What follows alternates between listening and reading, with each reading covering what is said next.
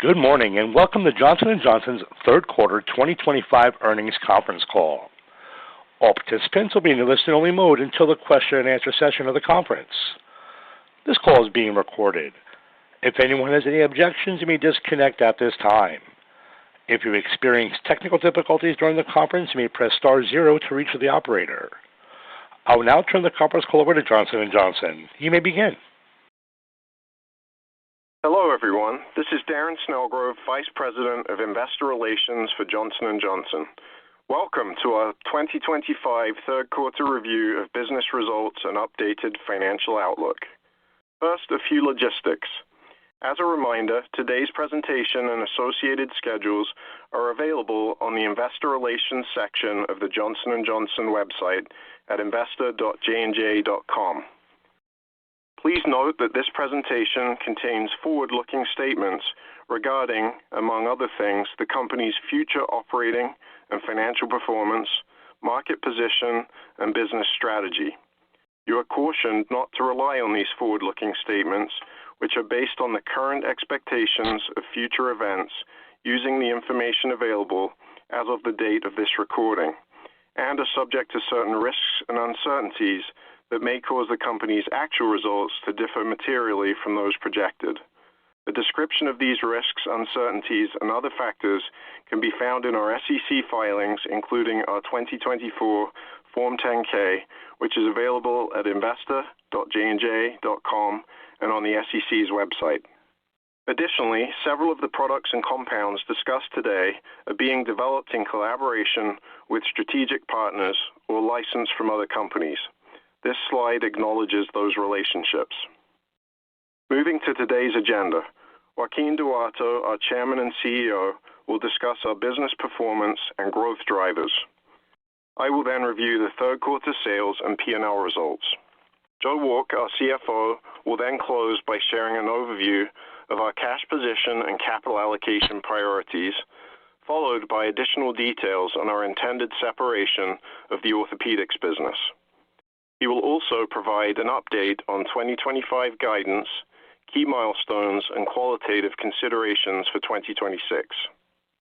Jennifer Talbot, Executive Vice President, Worldwide Chairman, Innovative Medicine, John Reed, Executive Vice President, Innovative Medicine, Research and Development, and Tim Schmid, Executive Vice President, Worldwide Chairman, MedTech, will be joining us for Q&A. To ensure we provide enough time to address your questions, we anticipate the webcast will last approximately 60 minutes. With that, I will now turn the call over to Joaquin. Thank you, Darren, and hello, everyone. We are looking forward to sharing our very strong third quarter results with you. They are a clear sign Johnson & Johnson is in a powerful new era of growth.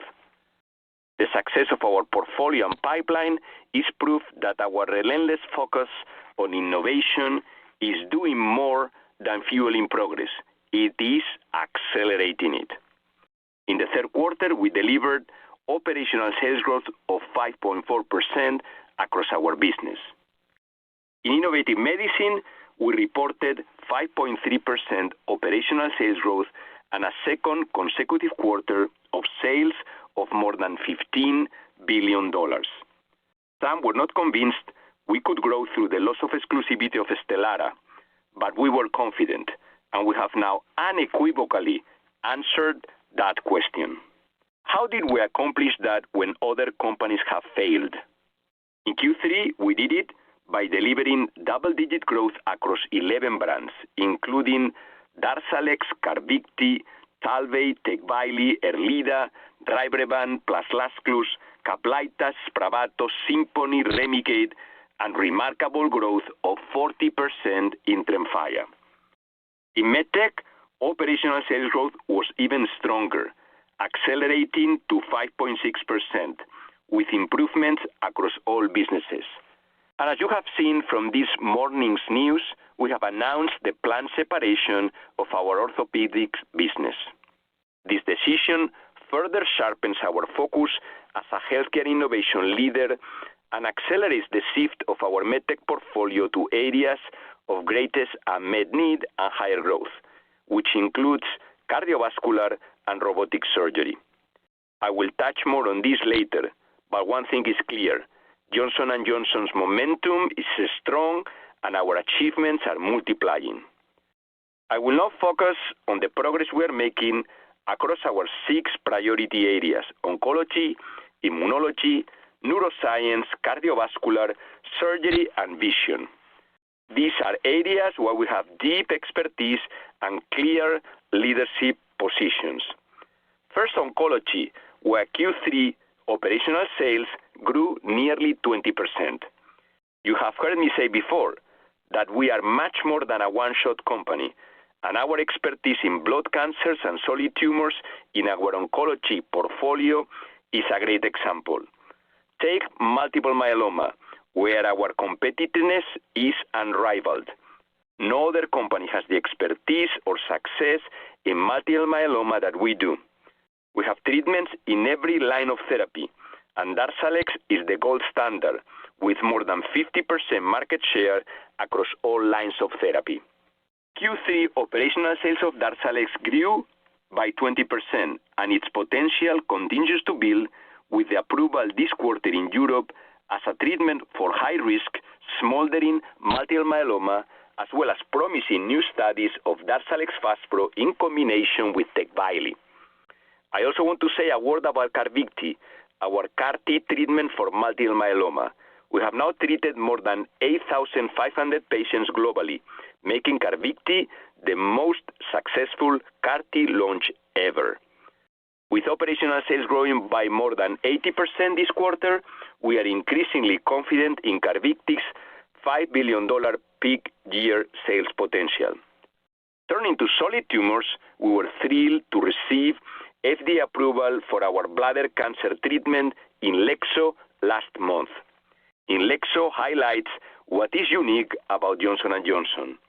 Building on our unmatched capabilities in both innovative medicine and medtech, it is the first and only drug releasing system to provide sustained local delivery of a cancer treatment directly into the bladder. It is transformative for patients, and it is transformative for doctors. It will also contribute significantly to future growth, with a targeted release platform projected to be another blockbuster treatment with at least $5 billion in annual peak year sales. Sourced through an early-stage deal, Inlexzo is also an example of our outstanding business development model. In fact, in the last 18 months alone, we have completed more than 60 deals of this kind. And in lung cancer, we recently published results in the New England Journal of Medicine for Rybrevant plus Lazcluze, showing a statistically significant reduction in the risk of death compared to osimertinib. We are now seeing the potential for patients to live significantly longer than anyone thought possible. The combination of Rybrevant plus Lazcluze is another of our $5 billion peak year sales assets. Next, I want to talk about immunology, where we have been leaders for 25 years. From Remicade to Simponi and Stelara to Tremfya, some of our biggest blockbusters have come from our immunology portfolio. We have long talked about Tremfya as the next big innovation to follow the success of Stelara. Based on this quarter's performance, it looks like it could be both bigger and better, having delivered operational sales growth of 40%, driven by new indications in inflammatory bowel disease. Tremfya is the only IL-23 inhibitor to offer a fully subcutaneous regimen across ulcerative colitis and Crohn's disease. Even prior to the launch of our subcutaneous formulation, Tremfya was capturing approximately half of all new patient starts for IL-23 ulcerative colitis treatments in the U.S., which we achieved within 1 year from launch. We are confident Tremfya will become a more than $10 billion asset. And in typical JNJ fashion, we are deep in development of our next immunology innovation, Icotrokinra, initially for moderate to severe plaque psoriasis. Historically, the most effective immunology treatments have been injectables, As the first oral peptide to selectively block the IL-23 receptor, icotrokinra has the potential to revolutionize the treatment of plaque psoriasis with a once-a-day pill. We submitted icotrokinra for plaque psoriasis to the FDA in July.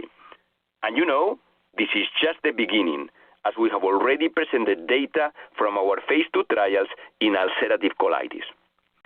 Let's now turn to neuroscience with Spravato operational sales growing an impressive 61% in Q3. Spravato remains the only approved standalone therapy for treatment-resistant depression, a major depressive disorder with suicidal ideation. Through Q3, we have now treated more than 180,000 patients, and I could not be prouder of the impact this team is having. Our leadership in neuropsychiatry was also strengthened by this year's acquisition of intracellular therapies with FDA approval for Caplyta in major depressive disorder anticipated soon. Caplyta is already FDA approved for the treatment of schizophrenia as well as depressive episodes associated with bipolar disorder 1 and 2. We project Caplyta to reach $5 billion annually. Now, let's turn to MedTech, starting with our cardiovascular portfolio. In Q3, cardiovascular operational sales increased by approximately 12% as we fortify our leadership in the fastest-growing cardiovascular intervention segments. With operational sales growth of over 20%, Shockwave's unique intravascular lithotripsy technology is helping treat more atherosclerotic cardiovascular patients than ever before.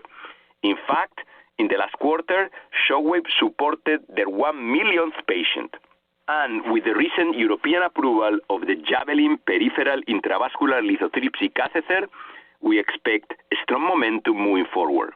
We anticipate Shockwave becoming our 13th billion-dollar medtech platform by year-end.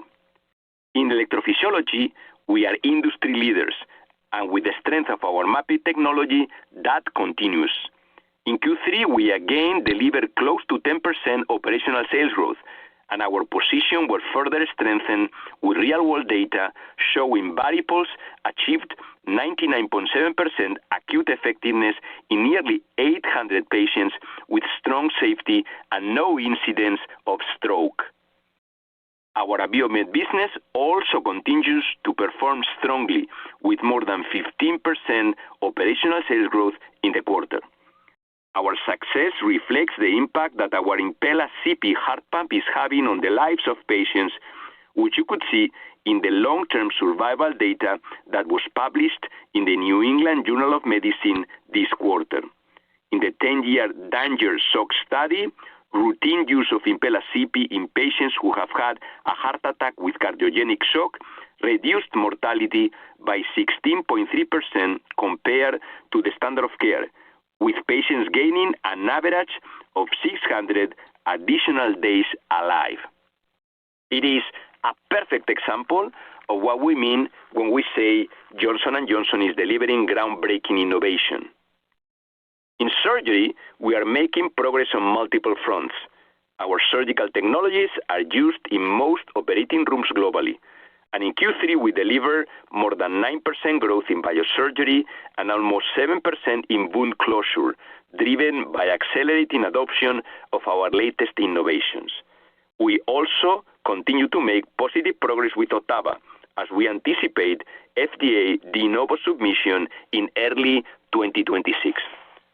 And now to vision, where we grew more than 6% last quarter.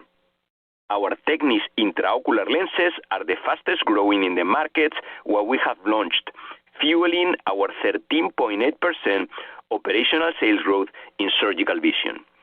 And after launching the world's first multifocal contact lens for people with astigmatism in the US last quarter, we brought this latest member of the AccuView Oasis Max one-day family to Europe and Korea in Q3, further strengthening our momentum.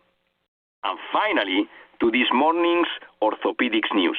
As you know, The healthcare industry continues to evolve rapidly, and we are constantly evaluating our overall business and portfolio to ensure Johnson & Johnson remains best positioned to truly lead where healthcare is going.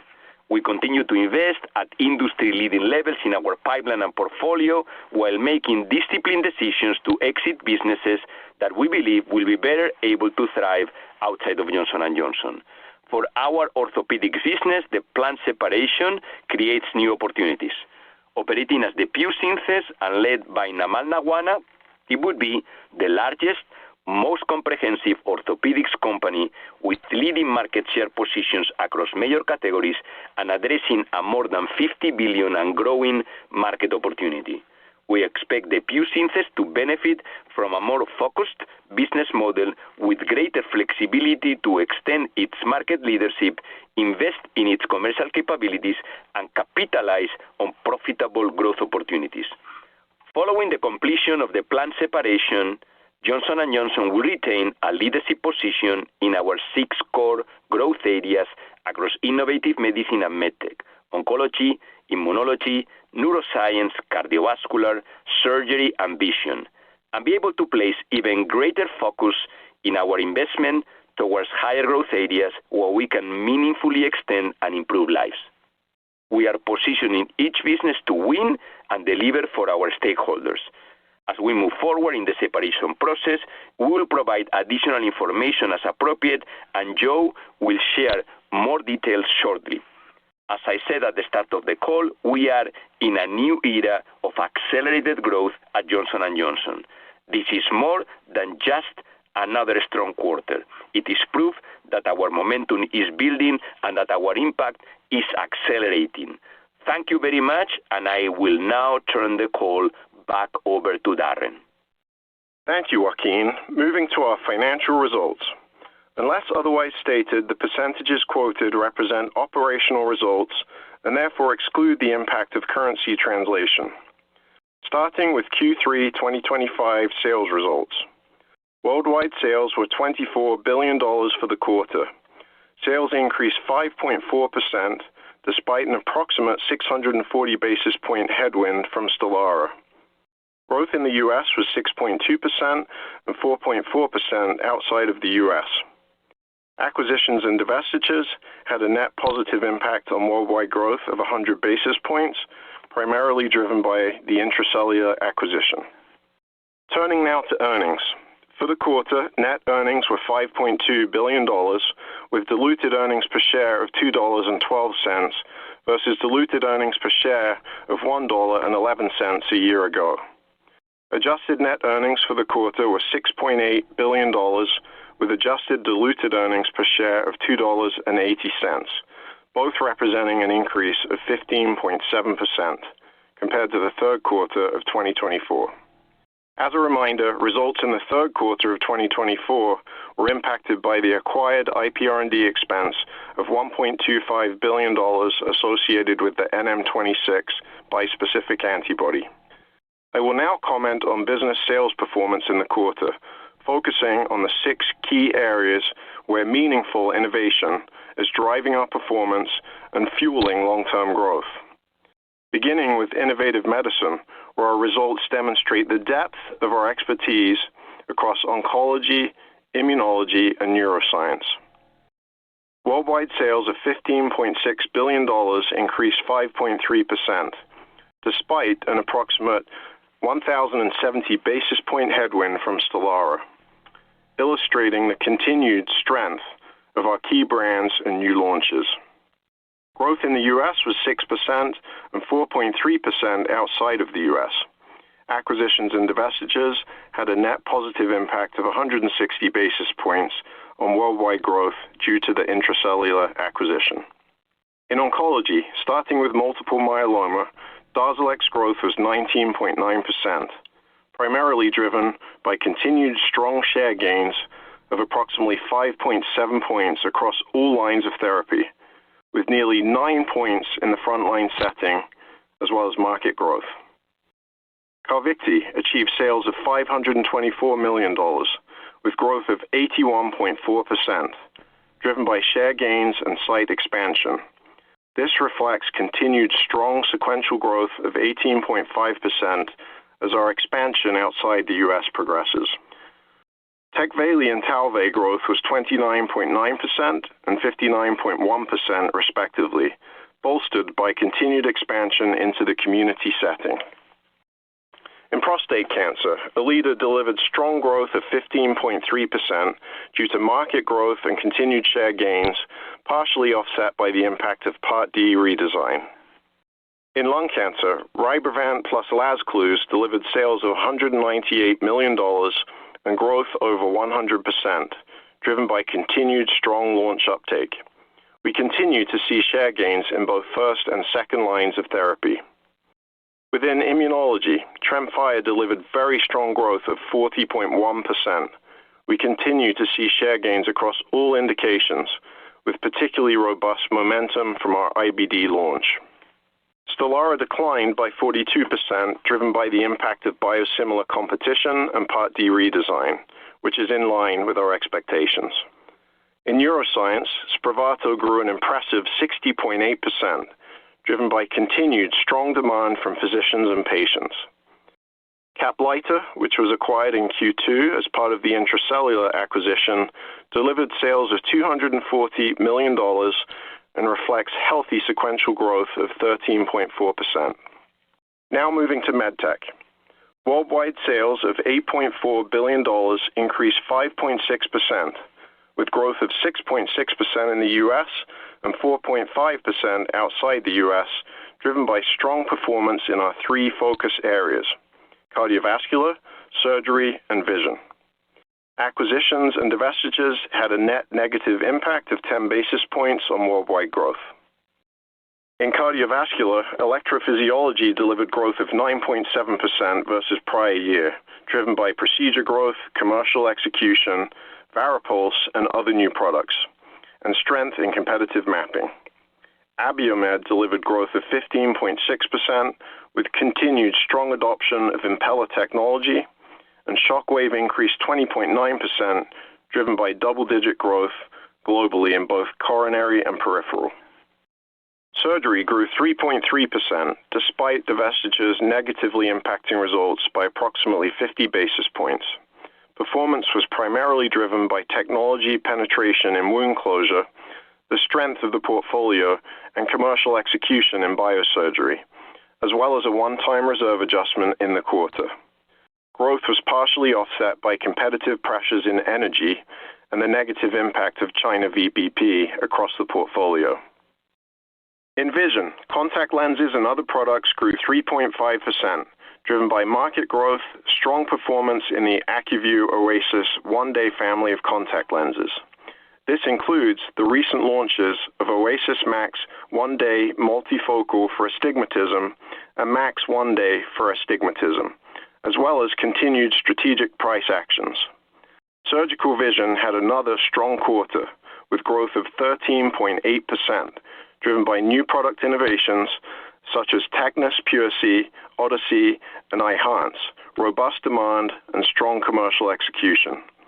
These results further solidify our leadership positions in vision. As Joaquin noted, we have today announced our intent to separate the orthopedic business. Orthopedic growth this quarter is gaining momentum and increased to 2.4%. Importantly, hips and knees returned to growth this quarter, delivering 5.1% and 5.6% growth respectively. Now turning to our consolidated statement of earnings for the third quarter of 2025. I'd like to highlight a few noteworthy items that have changed compared to the same quarter a year ago. Cost of products sold leveraged by 60 basis points, driven by a reduction in amortization expense and favorable currency in the innovative medicine business, as well as the non-recurring fair value inventory step-up related to Shockwave in 2024. This was partially offset by unfavorable product mix in innovative medicine, along with MedTech macroeconomic factors. Selling, marketing, and administrative expenses deleveraged by 40 basis points, driven by increased investment in the recent Intra-Cellular acquisition for Caplyta and promotional spend across the innovative medicine business, partially offset by expense leveraging in MedTech. Research and development expenses leveraged by 670 basis points, primarily driven by the expense of $1.25 billion to secure the global rights to the NM26 bispecific antibody recorded in 2024. We continued our strong investment in research and development with $3.7 billion, or approximately 15% of sales in Q3. Interest income and expense was a net expense of $18 million as compared to $99 million of income in the third quarter of 2024, primarily driven by a higher average debt balance and a lower average cash balance. Other income and expense was net income of $0.5 billion compared to an expense of $1.8 billion in the prior year, primarily driven by a talc litigation charge in 2024 and higher gains on the sales of securities in 2025, partially offset by the monetization of royalty rights recorded in 2024. Regarding taxes in the quarter, our effective tax rate was 31.2% compared to 19.3% in the same period last year. The increase is primarily driven by the one-time $1 billion remeasurement of deferred tax balances, which are required to reflect the changes in statutory tax rates associated with the enactment of the One Big Beautiful Bill Act in the third quarter. More information can be found in the company's Form 10-Q. Lastly, I'll direct your attention to the box section of the slide, where we have also provided the company's income before tax, net earnings, and earnings per share adjusted to exclude the impact of intangible amortization expense and special items. Now let's look at adjusted income before tax by segment for the quarter.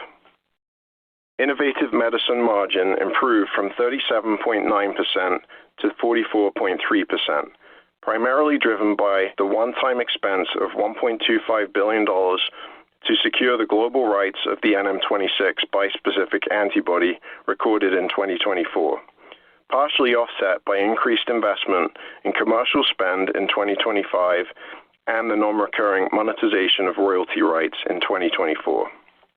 MedTech margin declined from 24.1% to 21%, driven by macroeconomic factors in cost of products sold, partially offset by expense leveraging in SM&A. This concludes the sales and earnings portion of the call, and I will now turn the call over to Joe. Thanks, Darren. Hello, everyone, and thank you for joining us today. In the third quarter, we sustained momentum across our in-market portfolio, delivering upon the heightened financial expectations we guided to last quarter. In innovative medicine, we continue to grow through the Stelara loss of exclusivity as we said we would. The progression of our pipeline, evidenced by significant regulatory milestones, adds further depth to our three focus areas of oncology, immunology, and neuroscience. We are well positioned for the balance of the decade. In MedTech, we improved adjusted operational sales across key areas of the business. As Joaquin mentioned, we are sharpening our focus on high-growth, high-margin markets where we can improve patient outcomes, as this morning's announcement regarding the DePuy Synthes business indicates. In a moment, I will build upon Joaquin's comments regarding that announcement. The foundation we have set, combined with the progression of our pipeline, strongly position the company for accelerated growth. It also reinforces our conviction to deliver on the upper end of our long-term growth targets. Let me provide a brief update on the Daubert motions pending in the talc litigation. As you are aware, this is the judicial process by which the court will re-examine the junk science that the mass tort plaintiffs bar concocts to fuel baseless claims against Johnson & Johnson, as well as many American businesses. We look forward to and expect to secure favorable rulings on the Daubert motions, which should be rendered by the first quarter of 2026. Now turning to cash and capital allocation. We generated $14 billion in free cash flow through the first 9 months of the year. We ended the third quarter with approximately $19 billion in cash and marketable securities and $46 billion of debt, for a net debt position of $27 billion versus the $32 billion of net debt reported in the second quarter. We continue to utilize our free cash flow generation and strong balance sheet to invest in innovation and return capital directly to shareholders. We are often asked about our appetite for acquisitions to meet financial targets. I can be very clear on this. We rely on a thoughtful, long-term approach to growing through any loss of exclusivity and won't carelessly deploy capital on speculative transactions out of desperation. Our current portfolio and pipeline have momentum, and with the Stelara loss of exclusivity increasingly in the rearview mirror, we do not need to rely on large transactions to drive our growth. We intend to remain disciplined, opportunistically pursuing strategic high-value opportunities that utilize our expertise and capabilities that deliver an appropriate return for the risk that we bear on behalf of shareholders. Regarding the planned separation of our orthopedics business, as Joaquin noted, the separation is expected to enhance the strategic and operational focus of each company and drive value for our shareholders and other stakeholders. Given that we are early in the process, there are limited details available, but we are committed to providing you with information on a timely basis. While we will, of course, communicate material developments, we don't expect to have anything newsworthy to convey until mid-next year. But what can we say at this moment? First, the separation will further strengthen our overall medtech business and increase Johnson & Johnson's top-line growth and margins. To give that some directional context, if we just look at normalized year-to-date 2025 results, medtech's top-line revenue growth and operating margin would both improve by at least 75 basis points. Next, we are targeting completion of the separation within 18 to 24 months, subject to the satisfaction of certain conditions. Given it is the most resource-intensive and likely longest duration, we are prioritizing and have begun the separation assuming a spin-off, with the intention for that to qualify as a tax-free separation for U.S. federal income tax purposes. However, we will consider other avenues that optimize shareholder value. We do not expect any change to the Johnson & Johnson dividend and are mindful of any impact from stranded costs that are typically present in these types of transactions. Finally, following the separation, we would expect DePuy Synthes to have a strong capital structure that would allow the orthopedics business to build on its long history of innovation and extend leadership positions through enhanced organic investment and strategic growth accretive M&A.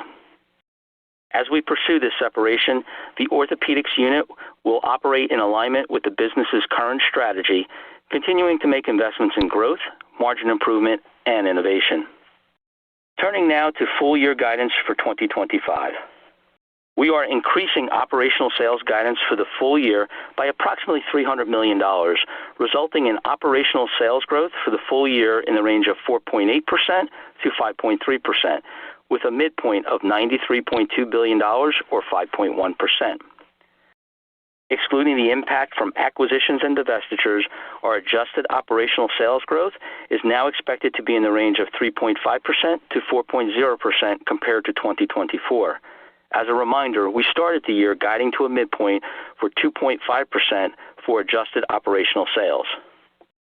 As you know, we don't speculate on future currency movements, and last quarter we utilized the euro spot rate relative to the U.S. dollar of 1.17. The U.S. dollar has stayed relatively flat to the euro spot rate, and as a result, we now expect reported sales growth between 5.4% to 5.9%, with a midpoint of $93.7 billion or 5.7%.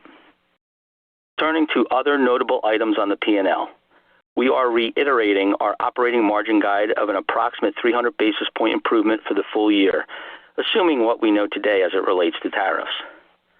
For net interest expense, we are now projecting between $0 and $50 million, an improvement from the previous guidance primarily driven by higher cash balances.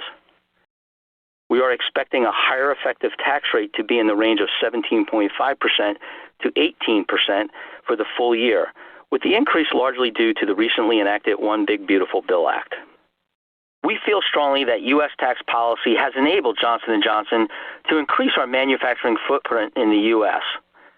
We have more manufacturing facilities in the United States than in any other country, and we remain committed to investing $55 billion in U.S.-based innovation and manufacturing over the next 4 years.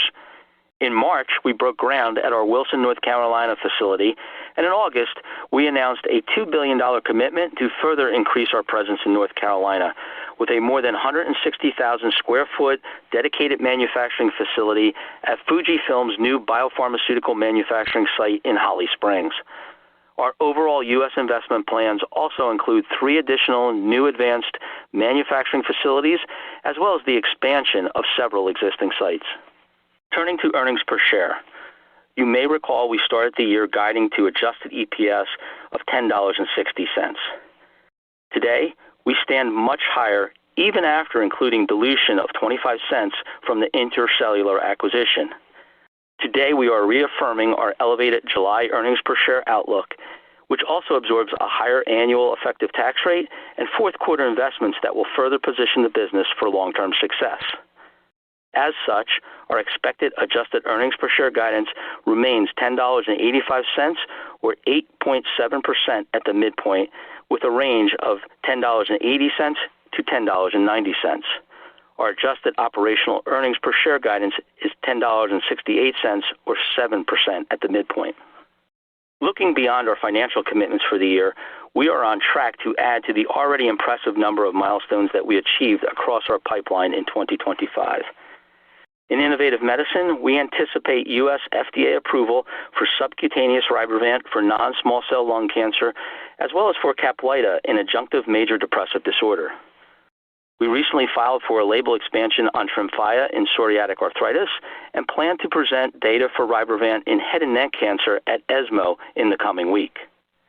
In MedTech, we continue to make progress with our clinical trial for our Ottava robotic surgical system. In our cardiovascular portfolio, we are planning regulatory submissions for the dual energy ThermoCool SmartTouch SF catheter for cardiac arrhythmia in the U.S., and in vision, we will continue to roll out AccuView Oasis Max for astigmatism. As we are close to year-end, and with the strong caveat that we are still finalizing plans for next year and macro factors can change quickly, let me provide some preliminary thoughts to inform your modeling for 2026. For innovative medicine, we remain very confident in our ability to deliver accelerated growth despite Stelara loss of exclusivity. This will be driven by our in-market brands and continued progress from our recently launched products, including Tremfya in inflammatory bowel disease, Rybrevant plus Lazcluze in non-small cell lung cancer, and Inlexzo in bladder cancer. We currently anticipate a 2026 approval for Icotrokinra in psoriasis. In MedTech, we continue to expect accelerated growth off this year's levels, driven by focus on higher growth markets, as well as the continued adoption of newer products across all MedTech platforms.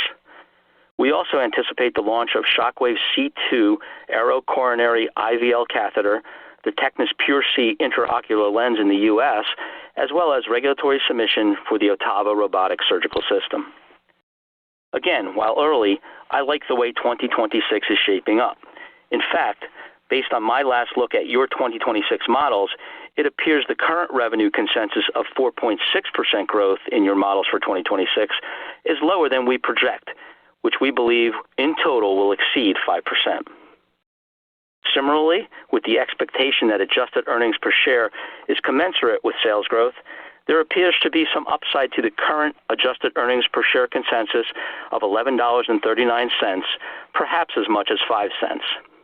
This commentary considers investments we will be making behind many of the new product launches I just highlighted, but you can also expect some margin improvement. It also reflects our understanding of the present legislative landscape, tariffs, foreign exchange rates, and procedural volumes. We look forward to sharing further details regarding our official guide for 2026 during our Q4 earnings call in January. In summary, the strength of our business model with a focus on where we can have the greatest impact for patients will enable Johnson & Johnson to deliver against our strategic objectives and financial commitments. We are as confident as we have been in recent memory about the future. I'd like to end my remarks by thanking our colleagues around the world for their continued hard work and steadfast dedication that serve our patients and who make these financial results possible and sustainable. With that, we are happy to take your questions. Kevin, will you please open the call for Q&A? Certainly. Ladies and gentlemen, if you'd like to ask a question at this time, please press star, then 1 on your telephone keypad. If you'd like to withdraw your question, please press star, then 2. We ask that you please limit yourselves to one question only. Our first question is coming from Alex Hammond from Wolfe Research. Your line is now live. Good morning, and thanks for taking the question. On the orthopedic spin-out, I'd be interested to understand the why now, and also, could we expect similar separations for other divisions in the future? And as a quick follow-up, how should we think about the long-term guidance in light of the separation? Could we expect J&J to revisit these forecasts in the near term? Thank you, Alex. And let me take the first question. Why now? Why the orthopedic separation? It's been a hallmark of Johnson & Johnson to be a good steward of our capital and to make decisions in our portfolio to prioritize where we think breakthrough innovation can come through. And that's exactly what we are doing. We're moving Johnson & Johnson into high-growth markets with significant medical need. And at the same time, we have the foresight to recognize when a standalone company could be better and could be in a better position to drive growth, innovation, and better margins. That's exactly what we are doing with our orthopedic separation. We are fueling the innovation within Johnson & Johnson, focus on our 6 priority areas, continue to invest as we are doing in cardiovascular with the acquisitions of Abiomed, Shockwave, and also in pharmaceuticals with the acquisition of Intracellular, and creating a standalone company that is going to be a champion within the context of the orthopedics sector. Orthopedics is a growing market, $50 billion market.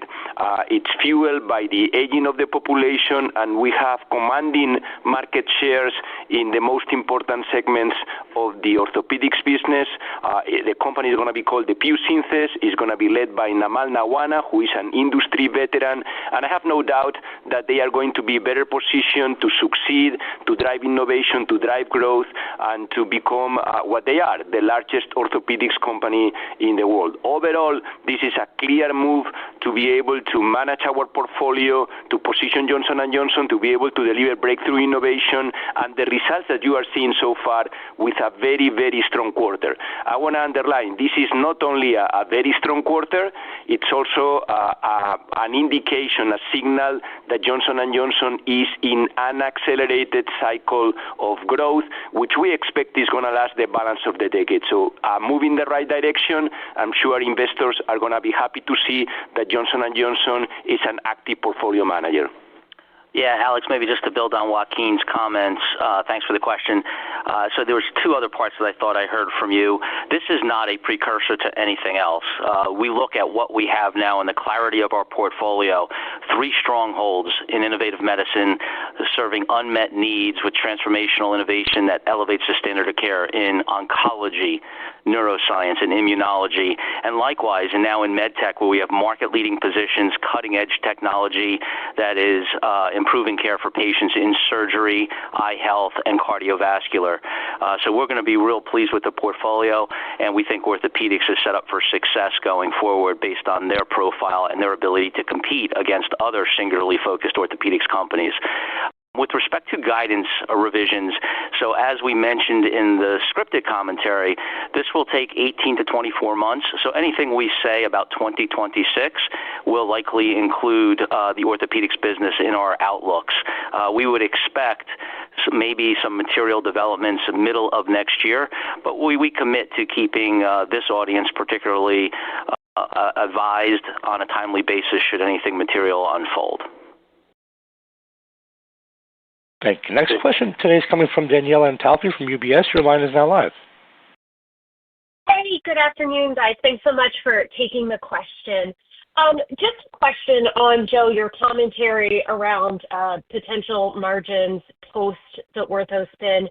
75 bips, I don't want to get too greedy, but that feels a little light to me. So just curious about why, given the mix of the business, it's high growth cardio, surgical, which I think should be relatively high margin, and vision, feels like maybe it could be a little bit more than that. So just want to make sure I understand the puts and takes to that 75 bips number, appreciating that's just, a very early target.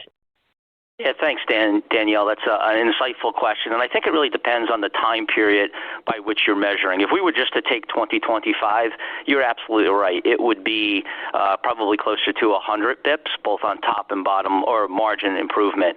What I would say is we looked out a couple years, given this will take a couple years to go through the process. And as Abiomed, Shockwave, and the other businesses have higher growth profiles, margin improvements, initiatives that are already underway under Tim's leadership, it will have a more muted impact as it goes forward. So I think on today's math, you're probably closer to being right. It's okay. I don't consider it greedy. Tim might, but I don't. But I think as you look out a little bit further with some of the stronger profile businesses from a financial perspective, it'll have more of a muted impact.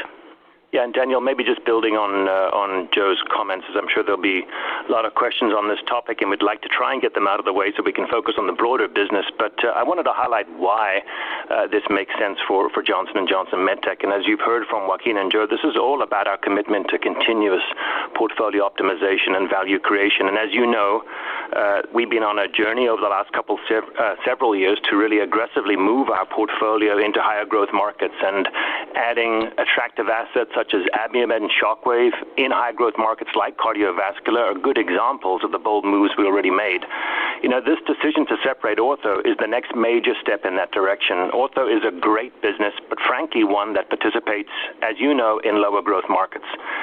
This is all about shrinking to grow faster for MedTech. And last time I looked, you're not rewarding size, but really rather best-in-class performance, and that's the path that we're on.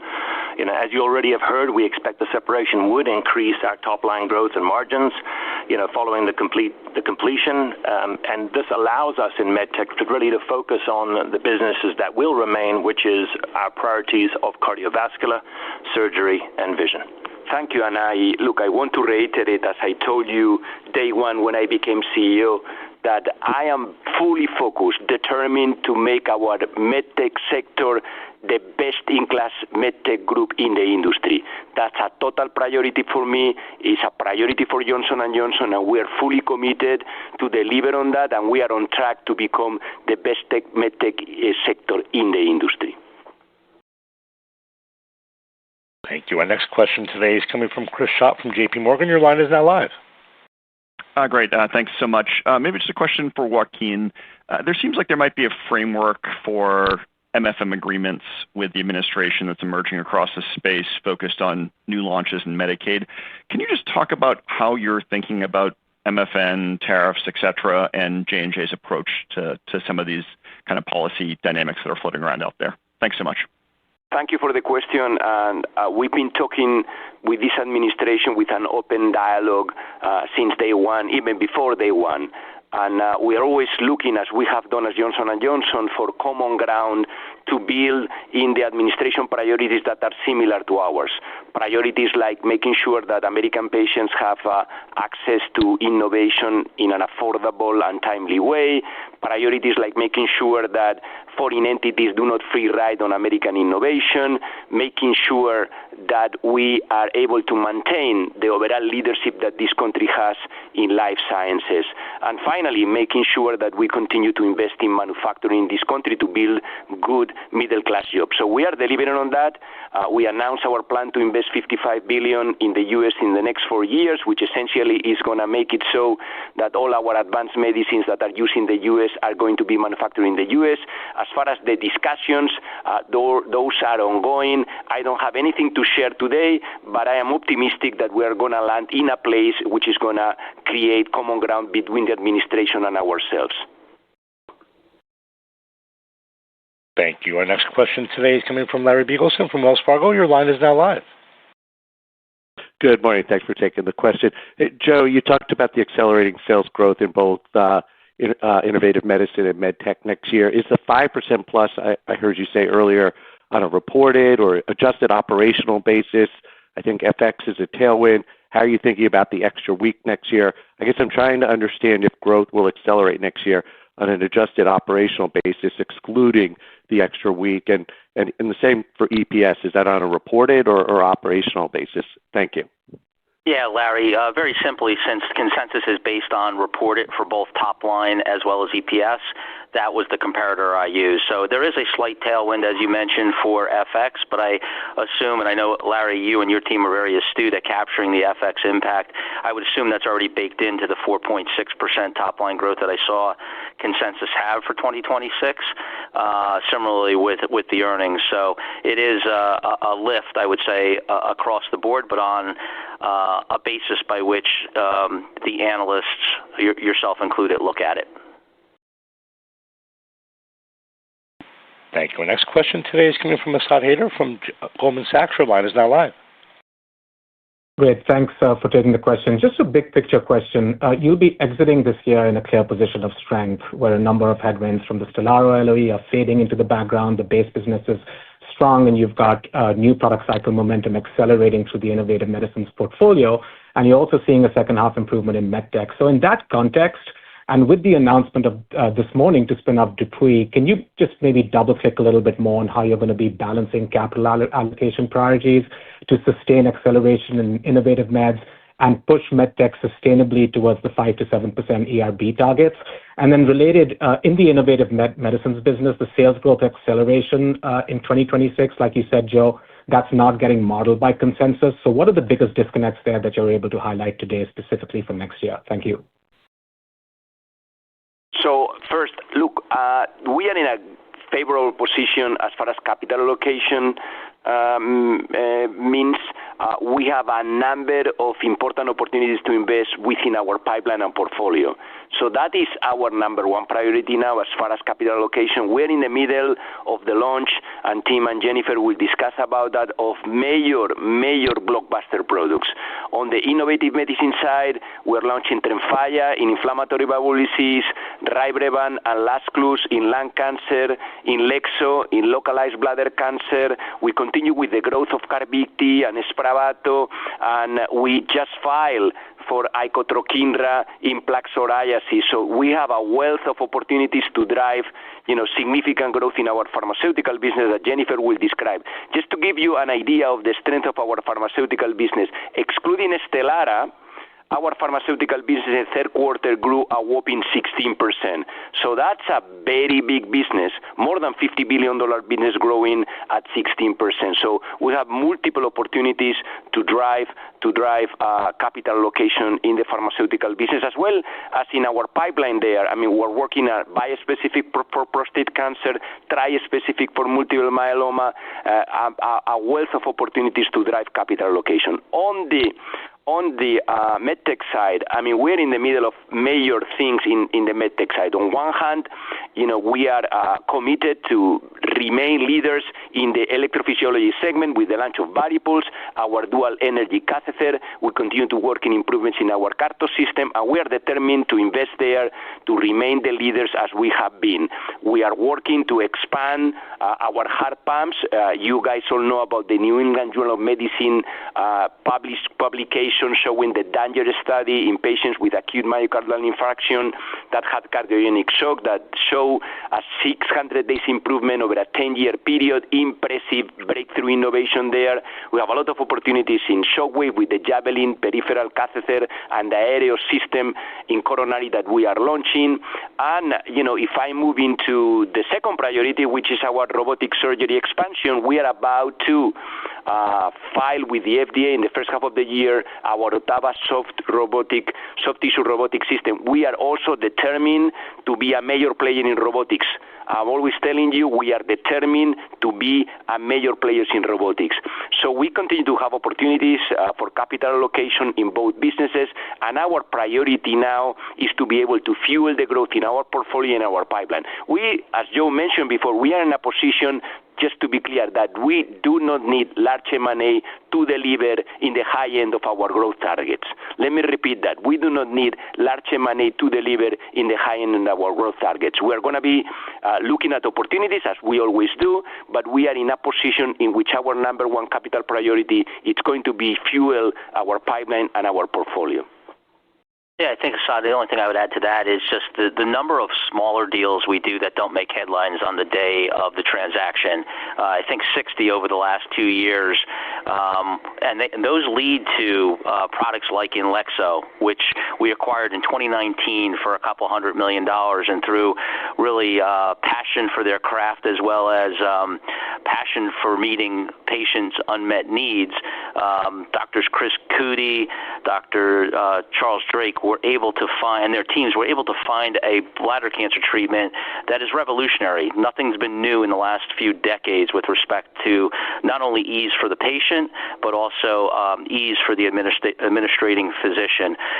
It's deals like that. We look at next year's product for Icotrokinra, where we're expecting, again, a couple $100 million investment will turn out to be $1 billion platform for us, because that's where our competitive advantage lies, is the scientific expertise that we're able to recognize early on, bringing forth a label that is most expansive, most complete, and in record time.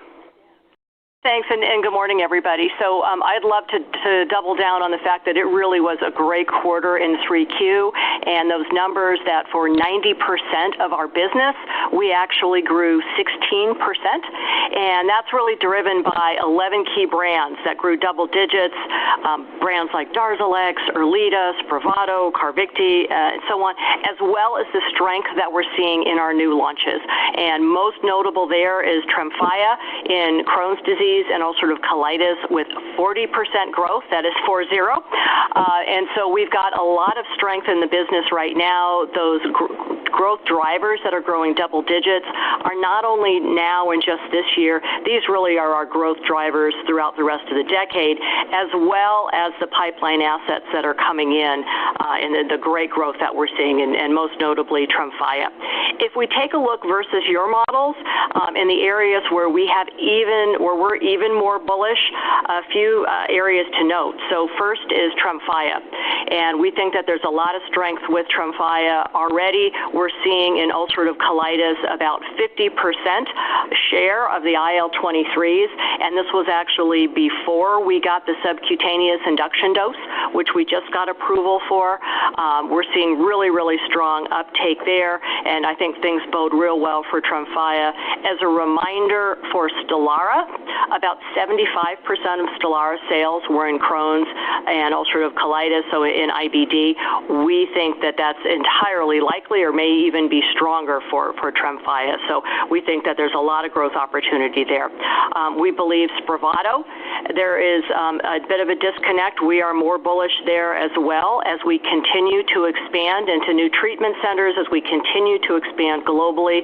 That product is offering so much value for patients with treatment-resistant depression.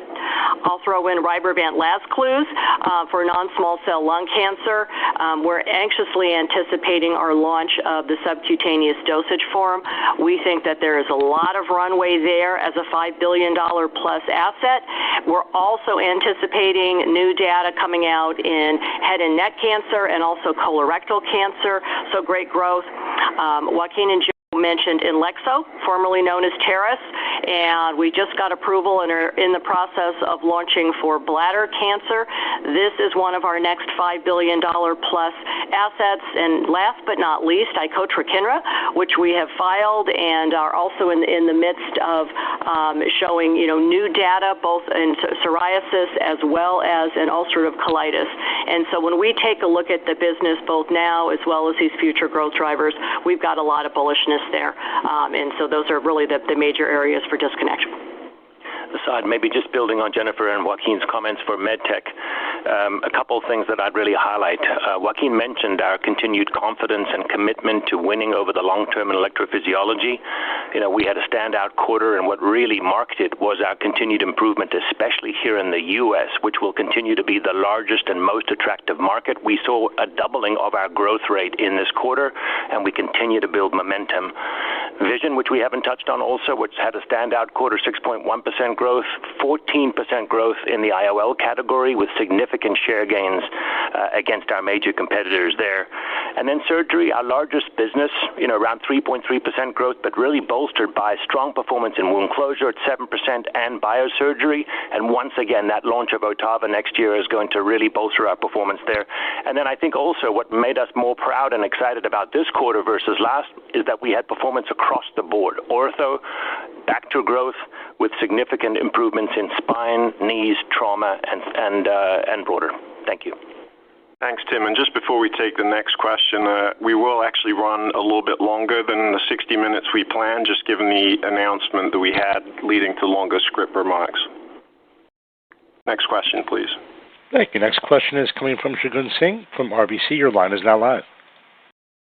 Great. Thank you so much. Joaquin and Joe, congratulations on all the operational progress at J&J.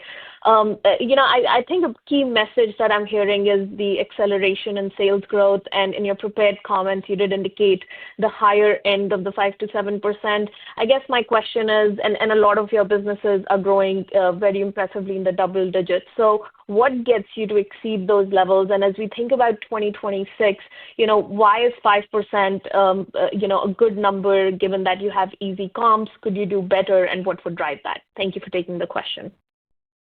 Yeah, Shagun, thanks for the recognition. It's a great job by the entire Johnson & Johnson team across the globe. I think towards the 5 to 7%, obviously we made that commitment back in 2023. We've seen significant progress with our portfolio. We've added some acquisitions that fortify that number. We are striving for something better than that. Don't misconstrue our ambitions here. What I would say for next year specifically, we are still going to face significant erosion with respect to Stelara. There will be additional discounting in the innovative medicine portfolio, and we will still have the orthopedics business, and we will continue to make progress with electrophysiology, going back to market leadership with the PFA platform.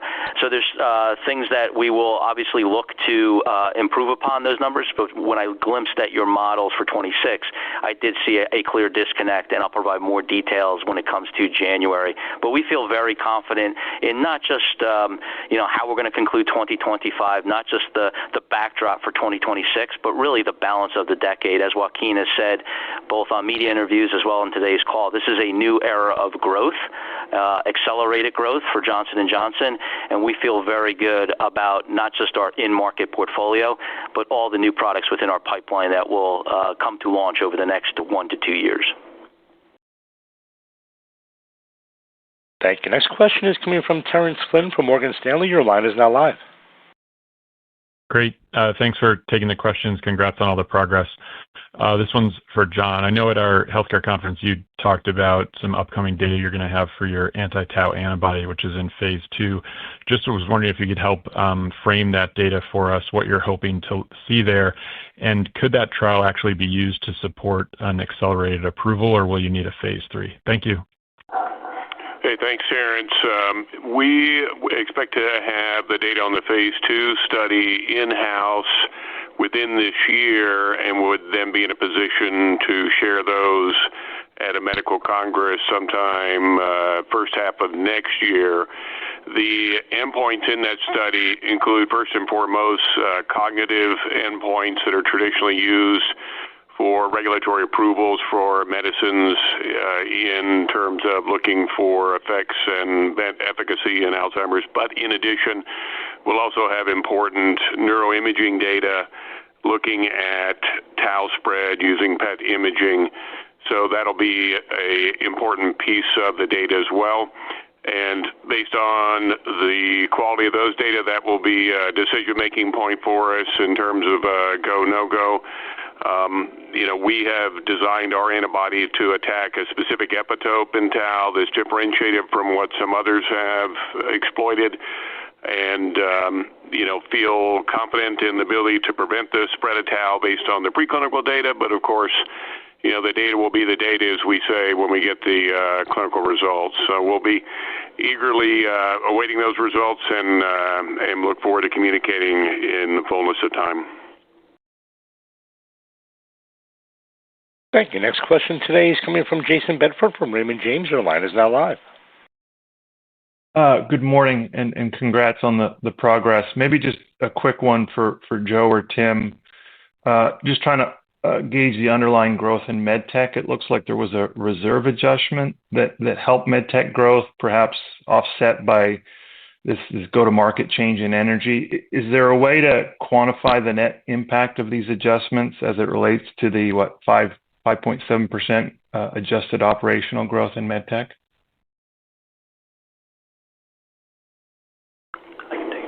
Yeah, I'm happy to take one. We do not believe that the one you're referring to has any significant materiality and shouldn't impact, we would say moderate, certainly not material from an overall performance perspective.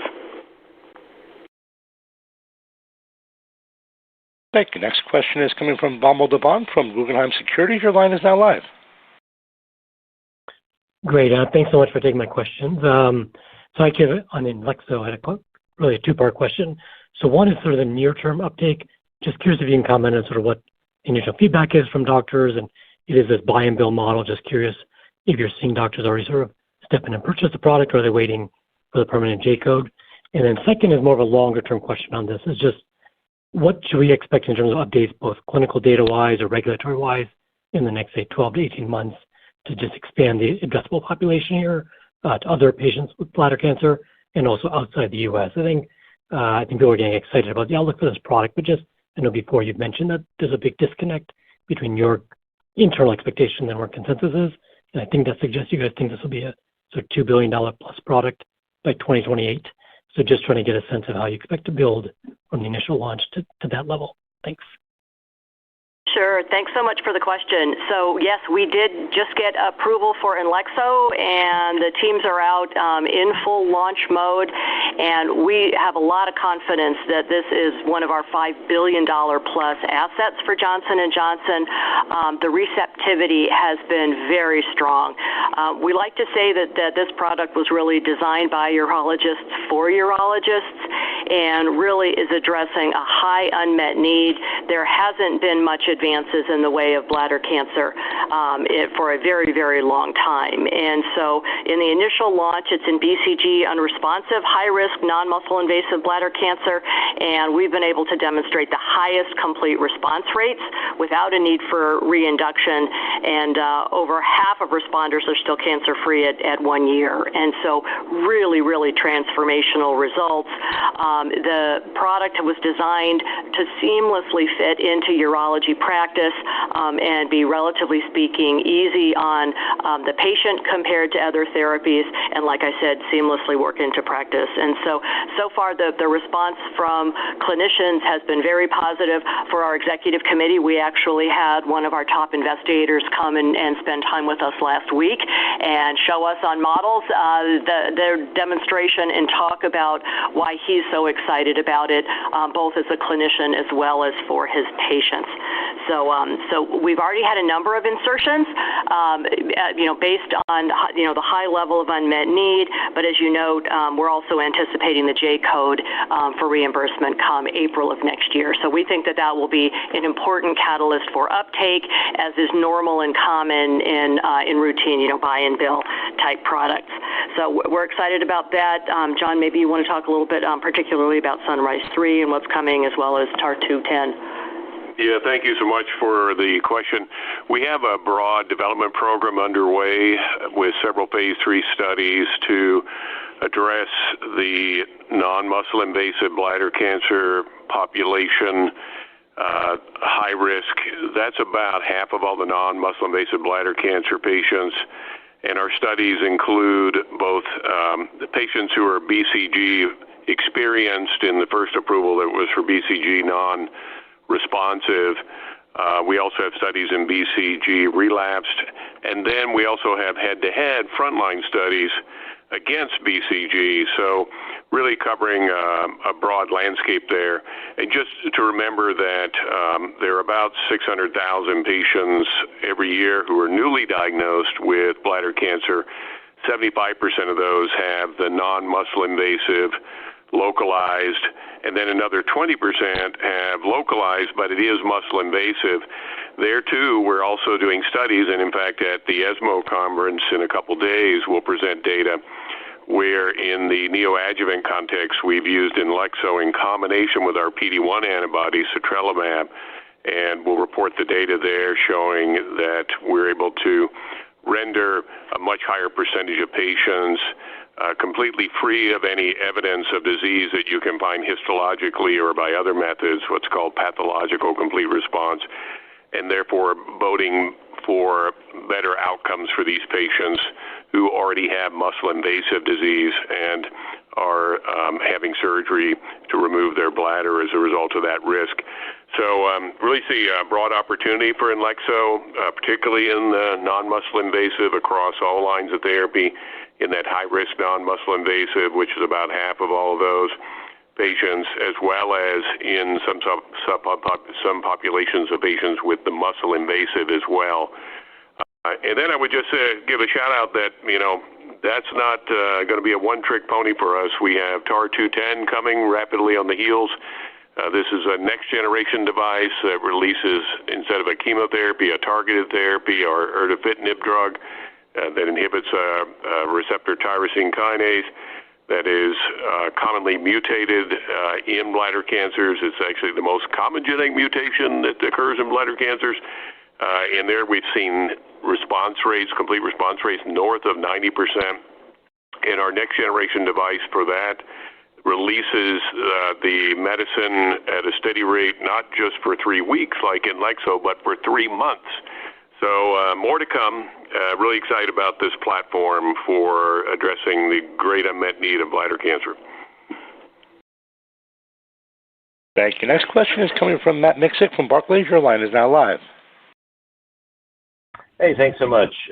So just a couple of follow-ups. One on just the sequential strength in the quarter. A little bit unusual for a summer quarter. So how much of that do you feel like is these, I'm speaking of medtech mostly here, even though pharma was pretty strong also, but just the sequential improvements from, you think the market feels stronger, or was this predominantly you sort of leaning back into competition in some of your core medtech markets? And then just a follow-up on all the discussion about the spin, just if we should think of, holding on to medtech, concentrating on the key businesses that you mentioned, does this also open the door to sort of,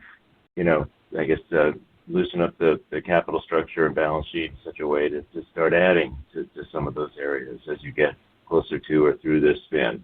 Thanks so much. Matt, thank you for the question. Let me take the first one.